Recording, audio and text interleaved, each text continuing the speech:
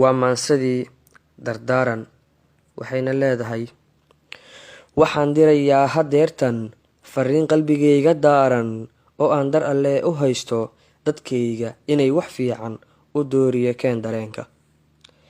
allaan dulminaynin uunka, asaa yiri diinka toosan, anaa ka ah raali doorta, asaan qalad noo dirayne duxiyo iimaansan haysta. dariiqada toosan raaca, dantiina u fiirsha diinta, naftaa doontoo faraysa xumaha uu eebba diiday, ha dooran tubtii ibliiska dabkaa shidan ee jaxiimo. dadaal oo khayr ka fiirso, ha dayrin wixii faraya, wanaagga duntiisa hayso, ileen waa dowga toosan.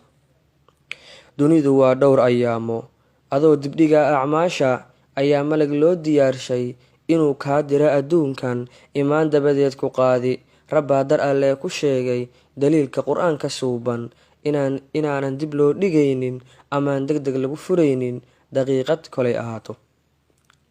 waxaa darsi kuu ah meydkan markuu waaguba dilaaco, qubuuraha lala dul joogo oo ay ehelkiisu duugi, daqiiqado koobandeedna kasoo tagayaan dadkiisu.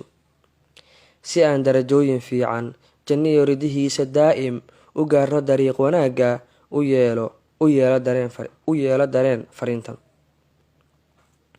dareeri shahaadateynka, xaq weeye diinki hayso, dukoo gebigeed salaada, dugaal uga yeel rawaatib.